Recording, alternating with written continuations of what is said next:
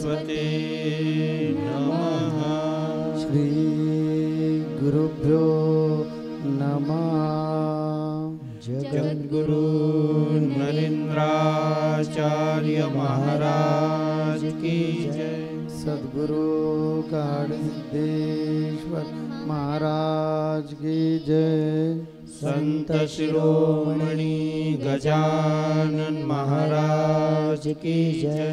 आद्य जगद्गुरु रामानंदाचार्य महाराज की जय। सियावल्लभ रामचंद्र की जय। गुरुर्ब्रह्मा गुरुर्विष्णु गुरुर्देहो महेश्वरः गुरुर्साक्षात् परब्रह्म तस्मै श्री गुरवे नमः।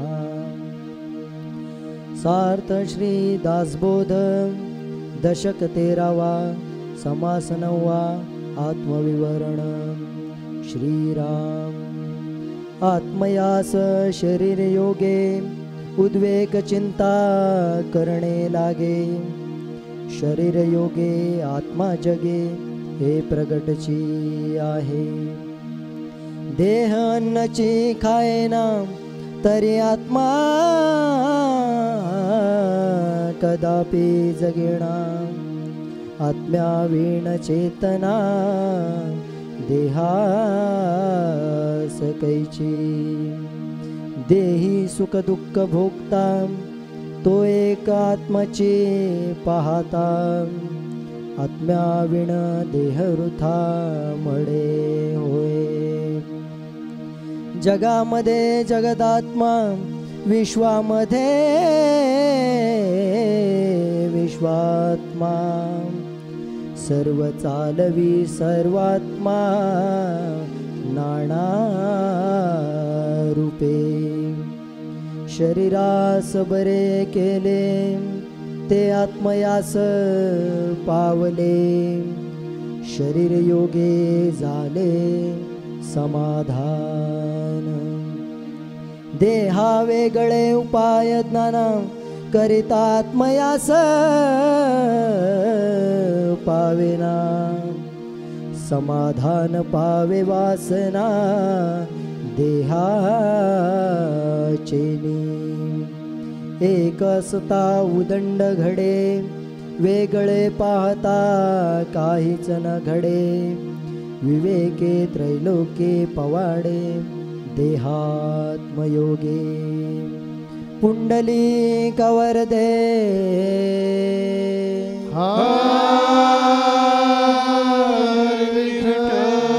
श्री ज्ञानदेव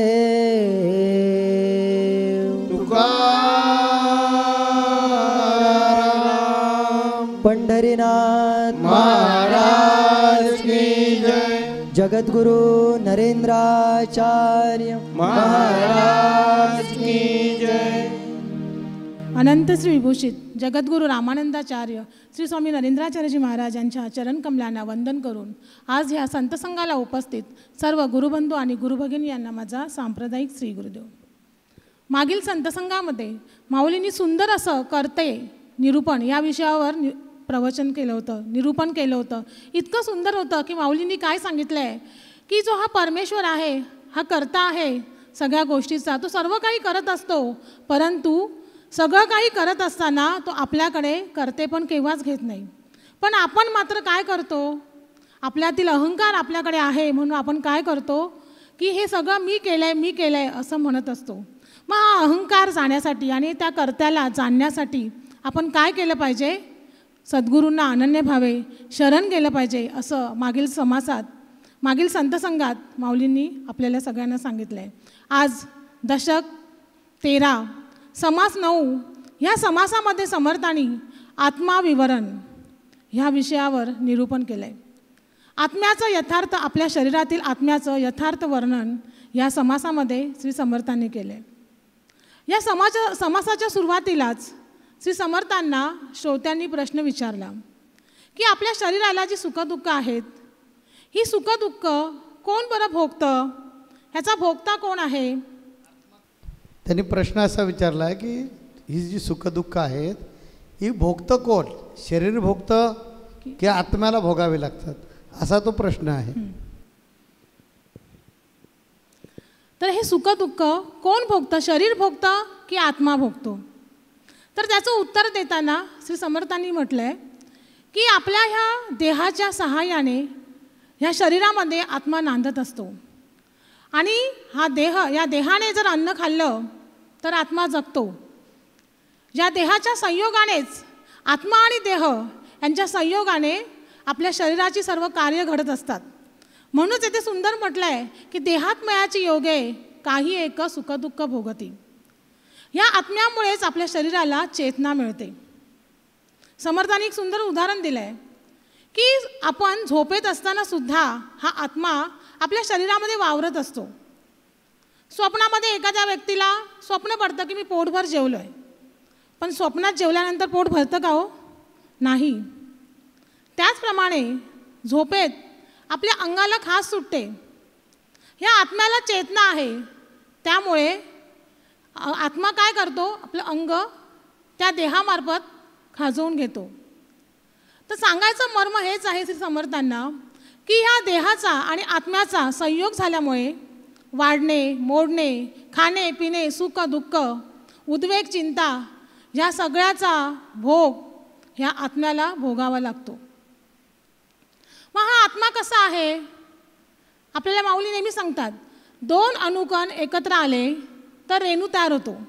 तसाच 5 वायूंचं मिश्रण झाल्यानंतर हा प्राण किंवा जीव, ज्याला अध्यात्मशास्त्रामध्ये, अध्यात्म भाषेत आत्मा असे म्हणतात. मग प्राणवायू, अपानवायू, उदानवायू, समानवायू, व्यानवायू या 5 वायूंच्या मिश्रणातून हा आत्मा तयार होतो. बघा ना, आपण सगळेजण मौल्यवान दागिने बनवतो सोन्याचे, आणि हे दागिने बनवल्यानंतर सुरक्षित ठेवतो कुठच्या तरी पेटीमध्ये.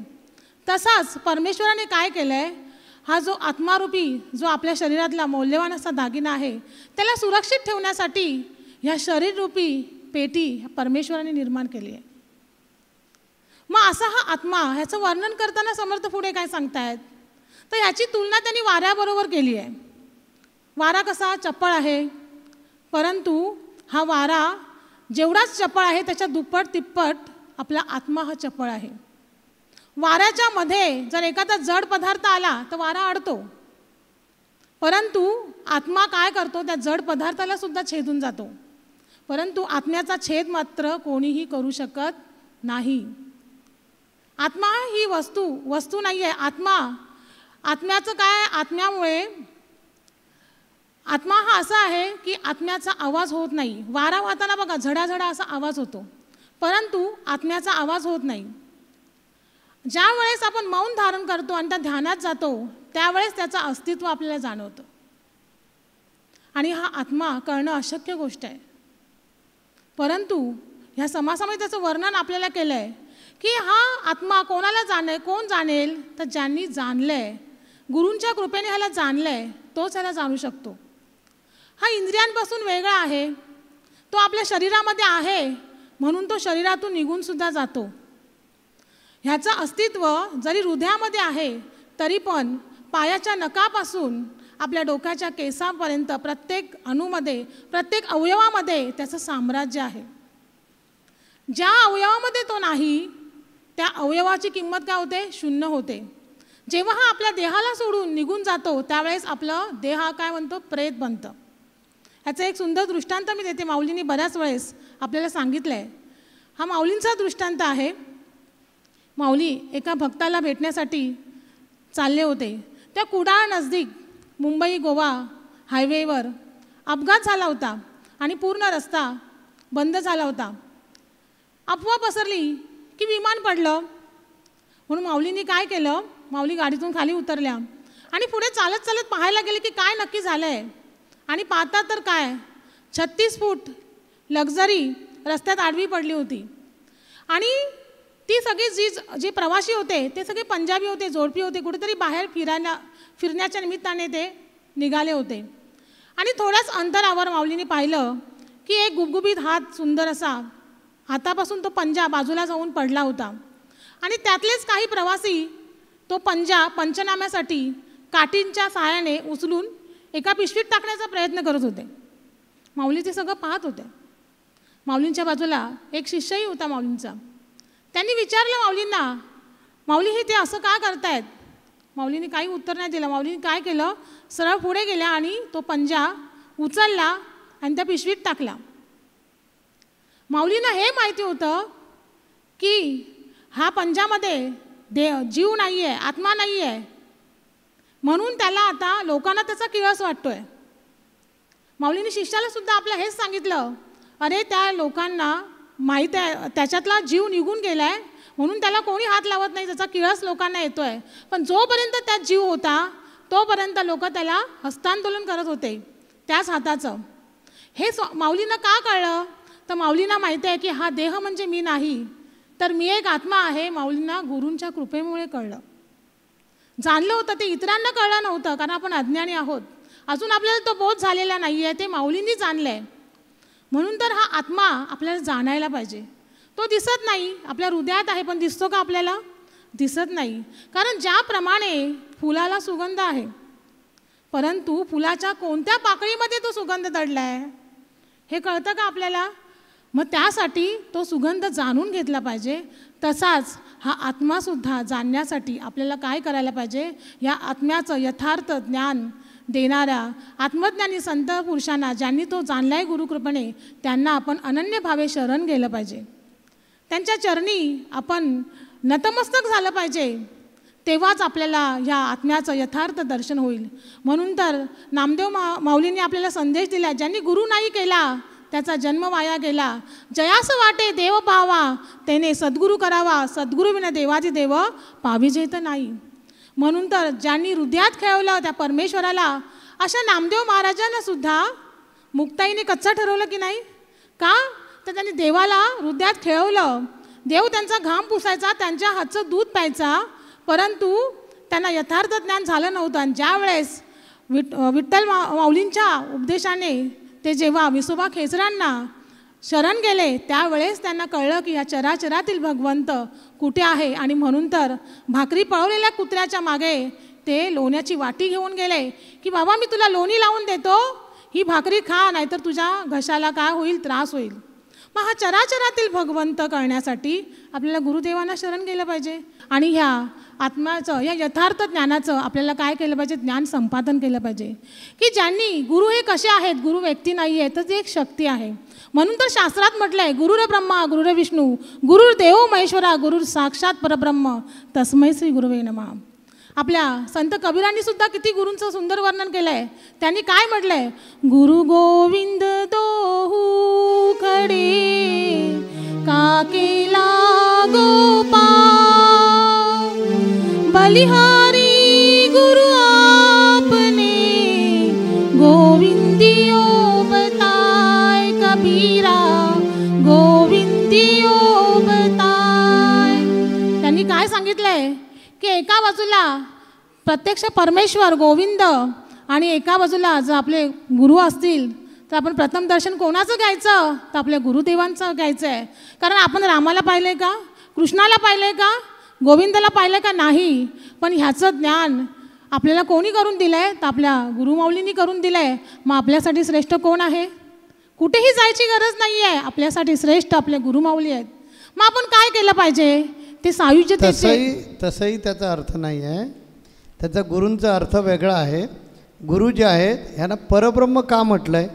तर देव निर्मित आहे, देवाला निर्माण केलं आहे. गुरुला कोणीही निर्माण केलेलं नाही आहे. गुरु ही शक्ती आहे, ती परब्रह्माची अंगाची शक्ती आहे, अंगभूत शक्ती आहे की ज्याच्यामध्ये रज तम आणि सत्व या तिन्ही गुणांचा मिलाप होऊनसुद्धा पुन्हा सगळ्यात शेवटी जे कोर निश्चल निरवयव असं जे ब्रह्म म्हणजे ज्याला परमात्मा म्हणतात तोही अंश या शक्तीमध्ये असतो.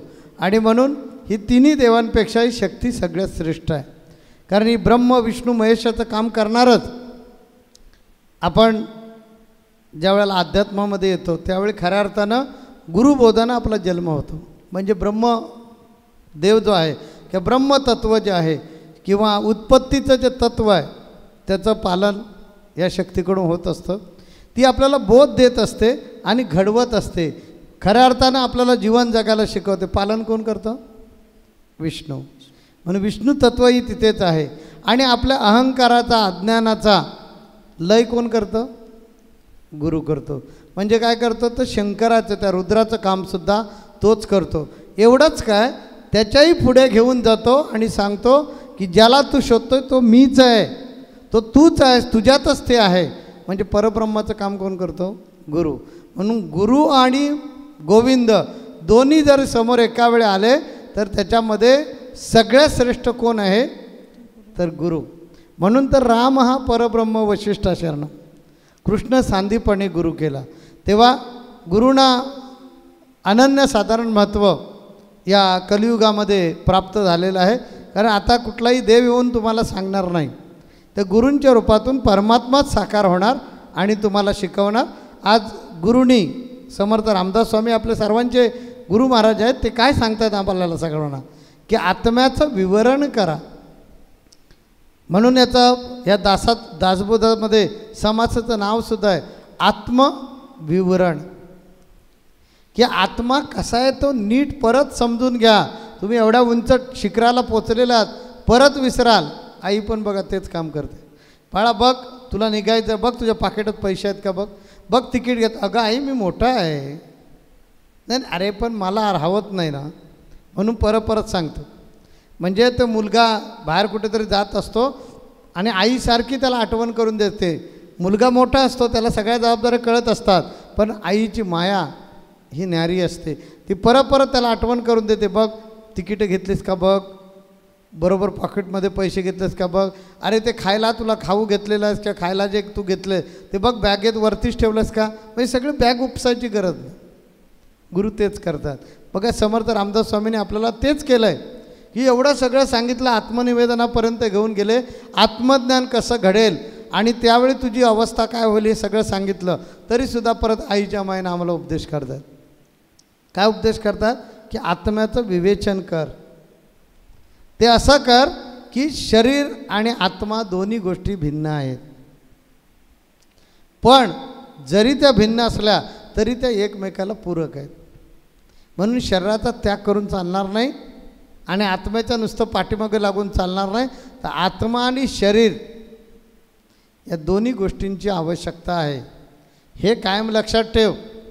म्हणून तर ज्ञानेश्वर माऊलींनी तीर्थयात्रा केला, नाहीतर केल्याच नसतं तीर्थयात्रा. ज्ञानेश्वर माऊलींनी सांगितलं आहे का अभंगामध्ये, निर्जीव दगडाची काय करशील सेवा, तो तुझं निर्देव देईल काय, कवन्या गुणी भुली पडली गवारा, तीर्थांच्या माहेरा नोळखसी. अरे म्हणजे जिथं तीर्थ सामावलेले आहे असं जे माहेर आहे त्याला तू ओळखलं नाहीस. अष्टोत्तरशे तीर्थे जयाच्या चरणी, तो तुझ्यात हृदय भोवनी आत्माराम. देही तीर्थ असता जासी नाना तीर्था, चुकलासी म्हणे ज्ञानदेव. ज्ञानेश्वर महाराज सांगतात की आपल्या शरीरातच तो आत्मा आहे, ज्याला आपण शोधतोय तो परमात्मा आपल्यामध्येच आहे. मग त्या माऊलींनी का औंढा नागनाथला जाऊन कीर्तन केलं? औंढा नागनाथमध्ये नामदेव महाराजांनी ज्ञानेश्वर माऊली आली होती आणि कीर्तन रंगात आलं. बुवाला म्हणजे मंदिरातल्या पुजाऱ्याने झालं वाट मिळेना, शेवटी त्याने हुसकावून दोघांना पाठीमागे पिटाळून घातलं. दोघंही तिथे कीर्तन करायला लागले. देवाला एवढं कीर्तन आवडलं की देवानंच स्वतः तोंड फिरवलं आणि नामदेव कीर्तन आणि ज्ञानेश्वर माऊलींच्या कीर्तनाकडे बघू लागले. आजसुद्धा हे मंदिर असंच आहे. हिंगोली जिल्ह्यामध्ये औंढा तालुक्यामध्ये हे तीर्थक्षेत्र आहे.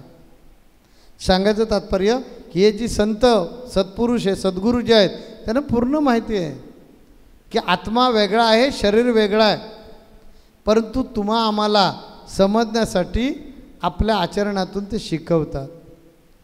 हा जो आत्मा आहे, हा आत्मा असा वेगळा वेचून काढता येणार नाही. आणि शरीर बाजूला काढून ठेवता येणार नाही तुम्हाला. दोघांचं पण भान ठेवून जगलं पाहिजे. नाहीतर काही जण म्हणतील स्वामींनीच सांगितलं आहे देहाचे व्यवहार चालती अलिप्त सर्व काळ आहे घड्या साक्षीभूत. मग देह वेगळा जाणार आहे ना, मग मला देहाची गरज काय. तर असं नाही, आम्हाला त्याचा समन्वय साधता येतो गुरुकृपेमुळे. तुम्हालासुद्धा तुमच्या गुरूंच्या कृपेमुळे त्याचा समन्वय साधता आला पाहिजे. इथे आत्मविवरणामध्ये समर्थ रामदास स्वामींना तेच सांगायचं आहे, तुम्हाला समन्वय साधता आला पाहिजे. शरीर इंधन म्हणून, शरीर इंजिन म्हणून, या आत्म्याचं इंजिन म्हणून वापरता आलं पाहिजे.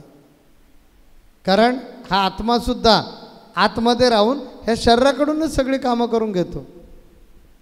मगाशी ताईंनी सांगितलं आपल्याला की आपण झोपेत असतो आणि मच्छर येते आणि चावते.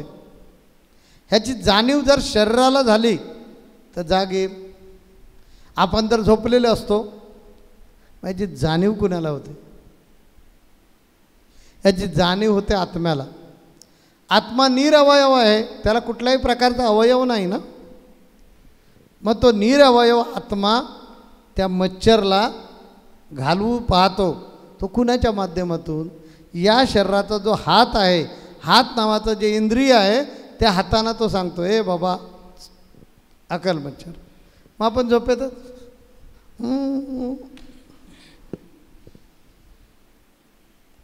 कधी ते फटकावला मच्छरला आपण, हे आपल्यालाही कळत नाही का?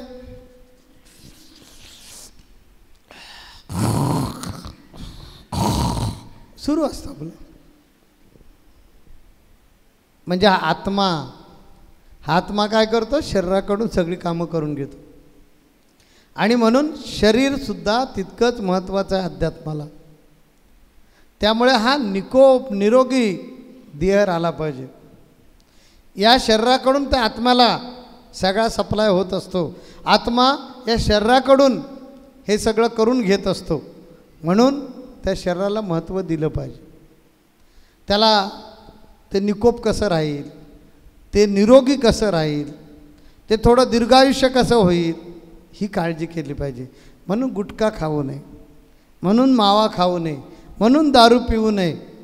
मावा, गुटखा, तंबाखू खाल्ल्यामुळे काय काय होतं आहे हे आपण सगळेजण पाहतो आहे.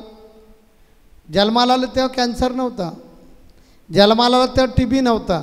तो आपण होऊन जाणूनबुजून ओढावून घेतलं आहे, कारण देहाची आपण नीट काळजी घेत नाही म्हणून. म्हणून इथं समर्थ रामदास स्वामींना सांगायचं आहे, त्या आत्म्याचं जे उद्दिष्ट आहे, त्या आत्म्याचं जे ध्येय आहे ते पूर्ण करायचं असेल तर शरीर जे आहे ते निरोगी ठेव. या शरीराला नको त्या सवयी लावू नकोस, कारण याचा परिणाम आत्म्यावर होतो. म्हणून पुढच्या समासामध्ये समर्थ रामदास स्वामी सांगणार आहेत. शिकवण नावाचा एक समास पुढे ते सांगणार आहेत आणि त्याच्यामध्ये ते पुढे सांगतील. आता सांगितलं तर मजा निघून जाईल, म्हणून पुढच्या आठवड्यात ते आपल्याला ऐकायला आलं पाहिजे. त्या शिकवणीतून समर्थ रामदास स्वामींनी आम्हाला शिकवलेलं आहे की आपल्याला सवयी कशा कशा पाहिजेत. आजच्या ह्याच्यामध्ये एवढंच लक्षात ठेवायचं की नुसतं आत्मा असून चालणार नाही, आत्म्याला शरीराची अत्यंत आवश्यकता आहे. म्हणून हे शरीर निकोप, निरोगी, सुदृढ, हेल्दी ज्याला म्हणतो आपण, अशा प्रकारे ठेवलं पाहिजे. नुसतं खायचं आणि असं अगडबंब व्हायचं नाही. मग उठवायला चौघेजण उठवतात हात लावून, असलं सुद्धा काय उपयोगाचं नाही. शरीर कमवलं पाहिजे. त्या शरीराला कमवा, खाऊ दे त्याला किती खाता येते, पण खात असताना ते पचलंही पाहिजे. तेवढं त्याला हेल्दी बनवणं हे सुद्धा अध्यात्माच्या दृष्टीनं योग्य आहे. म्हणून शरीराची जपणूक करा, शरीराला सांभाळा. हे शरीर ज्यावेळी सांभाळाल त्यावेळी ते उपयोगी पडेल. कधी कधी विनोदामध्ये काही कीर्तनकार बुवा किंवा प्रवचनकार बुवा सांगतात की आमचे दात पडले तोंडातले, की मग आपण राम राम म्हणायला जातो. काय म्हणतो आपण?